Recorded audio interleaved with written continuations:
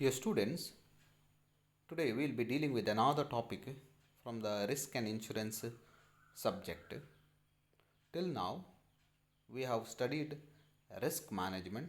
We saw what is risk and what is risk management and tools and techniques of risk management, process of risk management, many more other topics. So today we have another topic. This is also included in the sixth chapter. So if we are dealing with this topic, then sixth chapter is concluded, that is disaster management. So within two classes I will complete what is disaster management, then directly we will be going to risk insurance. So why we are studying risk and disaster, risk management and disaster management, with the interest that one of the tool to control these or to reduce these is insurance. That's why where insurance is mainly used, to give that background, we are studying the risk management and disaster management. So before we study what is disaster management, let us understand what is disaster and what are the various or what are the types or various types of disasters are there, that we'll see. So what is disaster?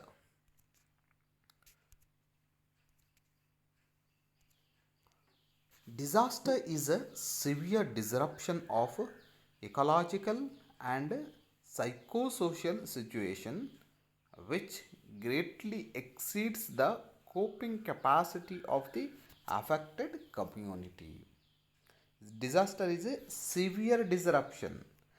What is normally going on, that is disrupted, stuck, of ecological and psychosocial situation. Ecological means of the environment, psychosocial means of the human living, which greatly exceeds and coping capacity of the affected community, which greatly exceeds the coping capacity, means to stand with that, that will go off. Now, to give you a best example, we are now living in the disaster time, the disaster of oh, corona, covid. So covid-19 is also a disaster. So many people are becoming sick and everything is disrupted. So other than that also we have so many best examples: earthquakes, floods, all these are disasters where your coping capacity is affected. I hope you understand what disaster is. I don't want to go for further explanations because this is very easy to understand. So this definition or meaning is given by WHO 1992. Now let's move with the types of disasters. When we see types of disasters, mainly it is categorized into natural disasters and man-made disasters. So here are both together, but what you call list I have given in a two different this one. See, natural disasters and man-made disasters or human-made. So earthquake, flood, tsunami, cyclone, drought, and pandemic diseases, we can go on adding. These are just so they are all natural disaster. They are not in the control of the human beings, neither they are caused or created by the human beings. So human made are accidents, communal riot, fightings and all, war, lifestyle disasters. These are all man made disasters. Therefore, there are two categories: natural disasters and man made disasters. So let's see in the previous this one slide.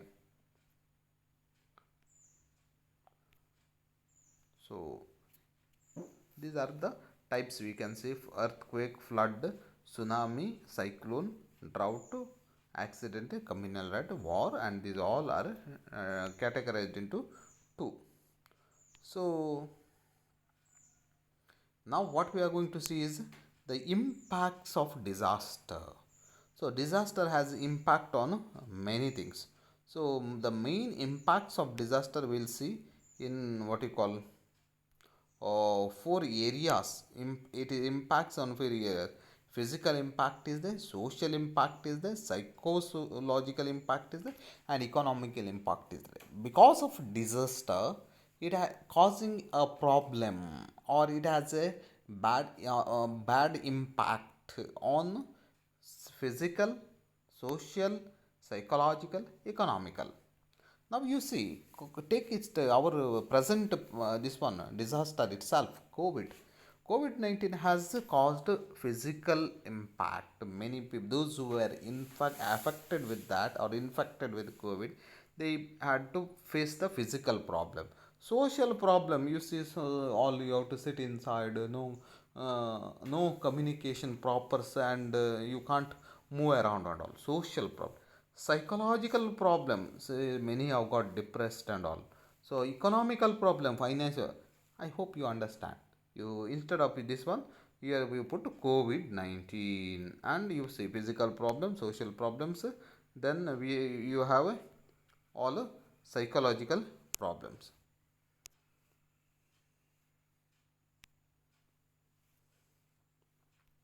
So next we'll see each individually. What is the this one? This is the impact of disaster. Physical. What is, how physically it is impacting? So physically injuries. Now you take example, earthquake is taking place and injuries takes place. Then physically we see death of loved one, family members, relatives, and all. We have seen in this pandemic how many deaths are taking place. Even today, deaths are taking place. Physical disability, some become permanently disabled, earthquakes and all, or in the accidents and all. You break down your leg, hand, or some parts. Physical disability. So epidemic started in the affected areas. So sometimes what happens is, now you see Bhopal. It was a tragedy of the gas. But after that, epidemic, whoever born there were sick, infected with some diseases. That is also weakness, uneasiness, physical illness, all kinds of. So those who were affected with COVID became weak after that. Destruction of the physical structure, then miscarriage and other women health related problems to the women, also health issues are there. Loss of appetite, headache, lack of comfort, pains, joint pain, hand pain, permanent pains will be there. So all these are physical impacts of the disaster. So after the physical impact of the disaster, we have another is psychological. So psychological impacts are there. Distress, fear, and feelings of insecurity. So flashbacks and fearful thoughts, suddenly getting a fear because what you all saw, accidents especially, and those who are just recall means that time they frighten. Hatred and revenge, war and all takes place, that time hatred is there, revenge is there.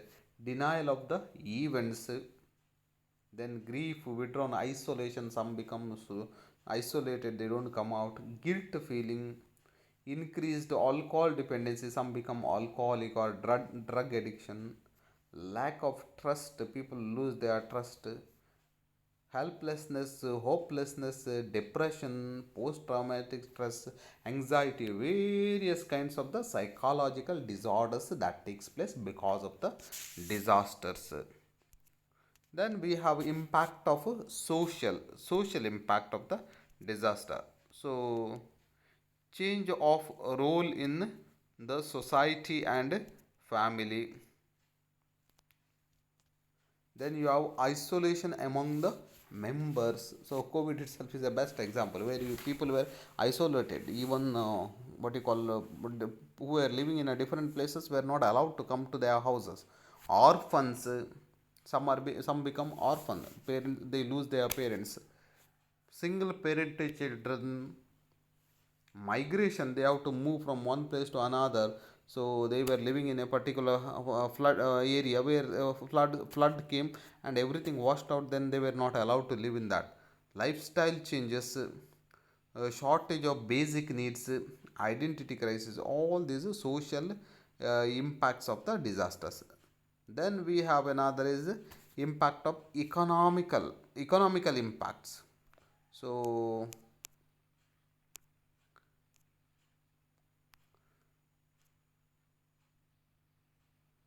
economical impact all loss of life and livelihood, the chain of livelihood is affected.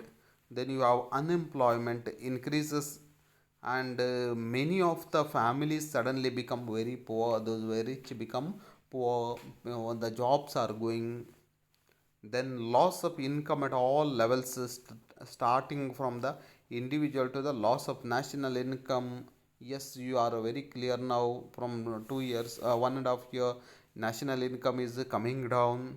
Loss of property, land, then loss of household articles, and struggle for the basic needs of life. Many people are struggling to live a basic and a normal life. So these are all impacts. So now what happened is, we saw first what is disaster, then types of disaster, man-made disasters and natural disasters, various types of the disasters we saw.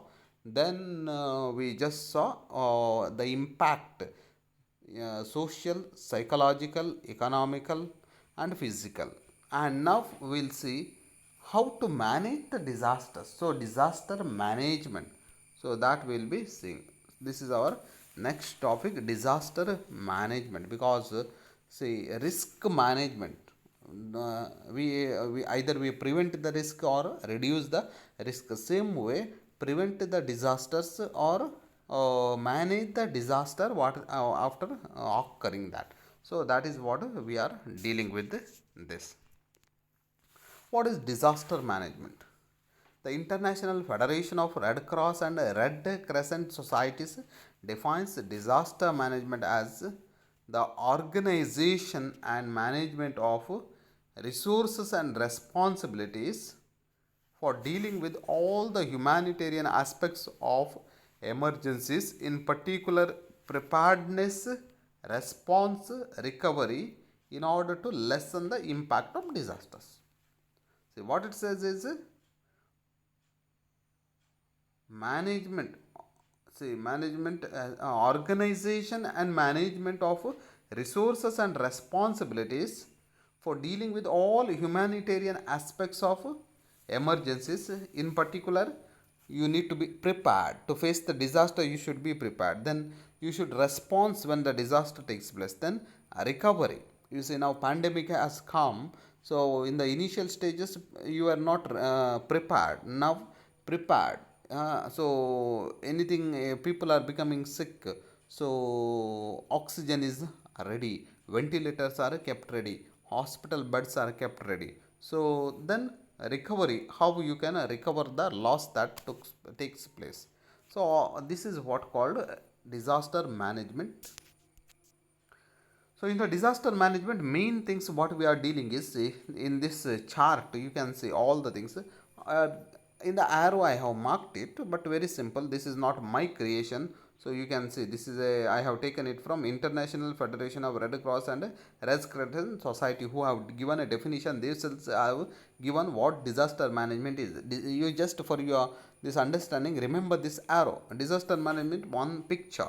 So in that, preparing for disasters, reducing risk of disaster. This is the main aspects of disaster management. Preparing for disasters, initial preparation, remote preparation should be there every day. You don't know what time what kind of the disasters takes place. As you we were speaking about taking getting ready for risk avoiding or preparedness. So same way, preparing for disaster. Another is risk, what you call reducing risk of disasters. As much as possible reduce the risk of disaster.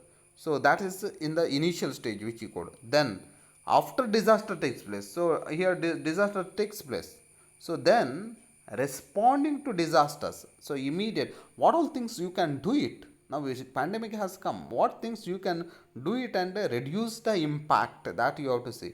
Then recovering from the disaster. So don't continue, try to, now you see vaccination has come to recover from the disaster. So reducing risk of disaster. So this is what the chart is.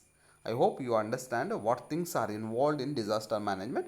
We will explain these aspects. All these concepts will be explaining. That is what the disaster management is. Disaster management is preparing for disasters, then responding to the disasters, then recovering from disaster and reducing the risk of disasters. So, disaster prevention, the outright avoidance of adverse impacts of hazards and related disasters. So, first one is outright avoidance. This is the same technique we are speaking even in the risk management. Avoidance is one of the technique. As much as possible, avoid. Now there are everything you cannot avoid. Now pandemic you can't avoid. So you cannot avoid earthquakes. You cannot avoid floods. They can be prevented, but some things you can completely avoid. Now take example of wars and all. So you can negotiation through the negotiation and all you can avoid. Disaster prevention is the concept of engaging in activities which intend to prevent or avoid potential adverse impacts through action taken in advance. Activities designed to provide protection from the occurrence of disasters. Some prevention you can take place. Now you see floods are coming, you are aware. So that don't build the houses near the seashore, or put a wall to the seashore, what you call stones you can put, and uh, protect the safe or safeguard it for some extent. So WCPT similarly highlight that while not all disasters can be prevented, good risk management, evacuation plans, environmental planning and design standards can reduce the risk of loss of life and injury mitigation. So some extent you can reduce the risk or loss that takes place from the disaster through the prevention technique, but everything cannot be prevented. Now as we say, if corona could have been prevented, many countries would have prevented, but no country, all the countries it entered, but after that how they faced, that is a different issue. So then disaster preparedness.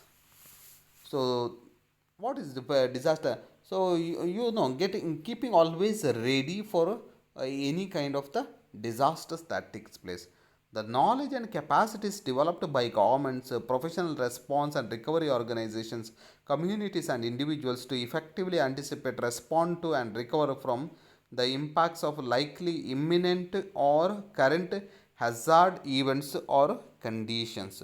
So it is the knowledge and capacity developed by the governments, professional response and recovery organizations, even communities and individuals. So everybody is taking part in this. So preparedness, not only the government. So most of the time government gives alertness. Government has a systematic way. Now you see a building collapses and takes place the incidences. So buildings, what you call safety certificate, government will be giving. So to those who buildings which is no safety security, this one is not given by the government, then in such buildings you should not live. So you see government's preparedness, that is.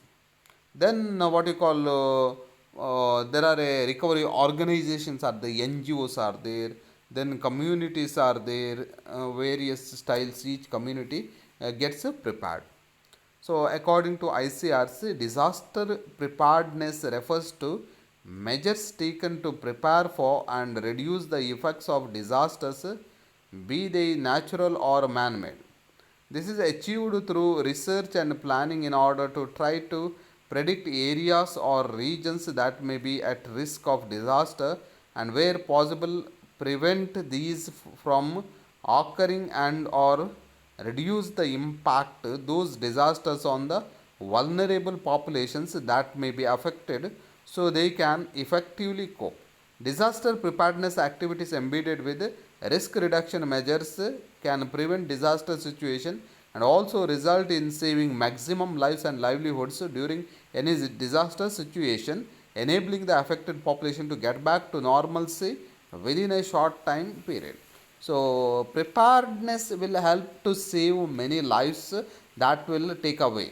Now if you are prepared, now for the cyclones, you can't avoid the cyclones, but you are prepared that whether cyclone, when cyclones will reach to the earth, it's calculated, and before than that the people from the area are removed. Floods come during that time also, people are migrated to other places. In such way you can get prepared. minimization of loss of life and damage to property through facilitation of effective disaster response and rehabilitation services when required. So preparedness is the main way of reducing the impact of disaster. So this is the main way of reducing the disasters. So getting prepared for every disaster.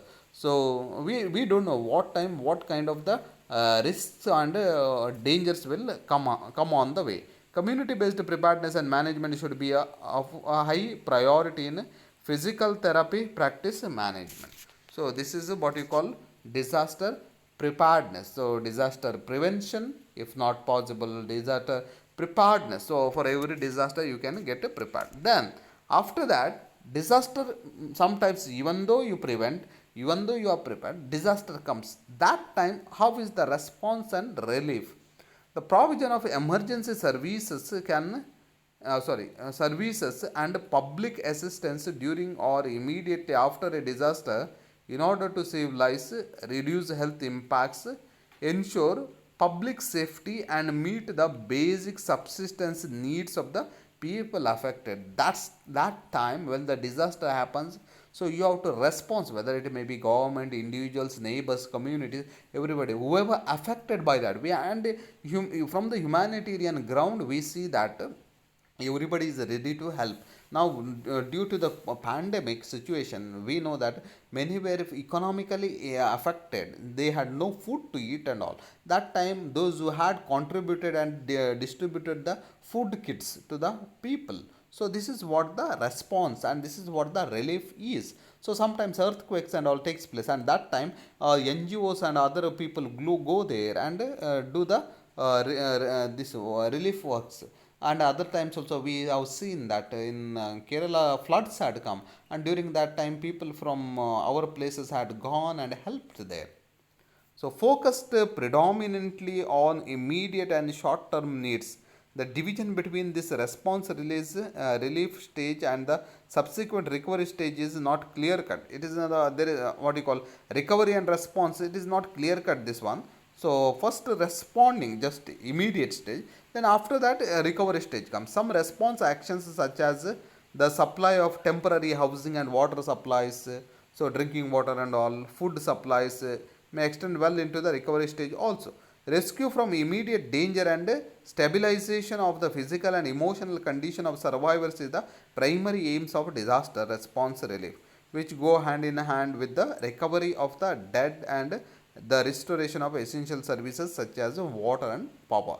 So what happens is usually when the earthquakes comes, floods comes, many things are disrupted. So providing the basic needs to the people and trying to reduce the death rate and safeguard the lives of the people is a immediate response or the relief in required in the disasters. I hope you understand now.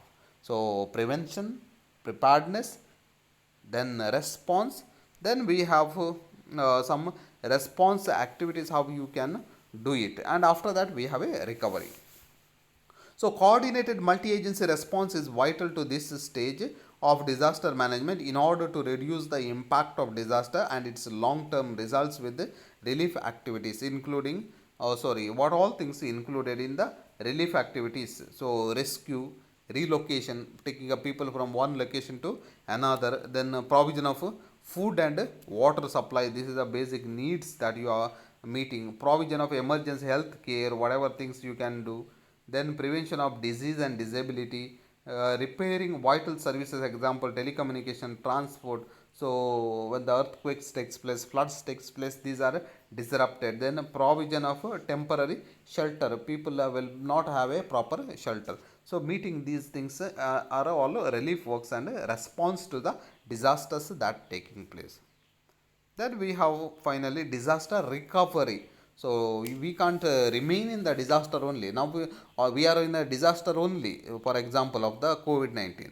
So we can't remain there. You have to try and come out. So vulnerability of communities often continues for long after the initial crisis is over. Disaster recovery refers to those programs which go beyond the provision of immediate relief to assist those who have suffered the full impact of a disaster and include the following activities. So what happens is once they are affected with the disaster, then that will continue for a long time. So it has to be recovered phase by phase. Now you see Bhopal tragedy. There now those who were infected still they are suffering. So rebuilding infrastructure, homes, schools, so hospital, roads, then healthcare and rehabilitation, development activities, that is building human resource for health, the development policies, practices to avoid or mitigate similar situations in the future. Try to avoid once you understood something is happening in the future, let it not happen that way. You have to get prepared. So this is our recovery. So I have explained you what is disaster, what are the types of disasters, then we have seen impacts of disaster, then disaster management, how you can do it through the various stages that we have said. So next class I will be explaining mitigation of the disasters. So measures taken to mitigate the disaster. So from there we will be concluding the disaster management. I hope you are understanding this topic, because I went little fast this topic, just covered as much as possible, because this is very simple and basic, and this is not the main part of our insurance subject. But just to get back to the insurance, disaster management has come. Otherwise disaster management is a topic of the MSW, so social work, and not of the commerce subject at all. Okay, thank you.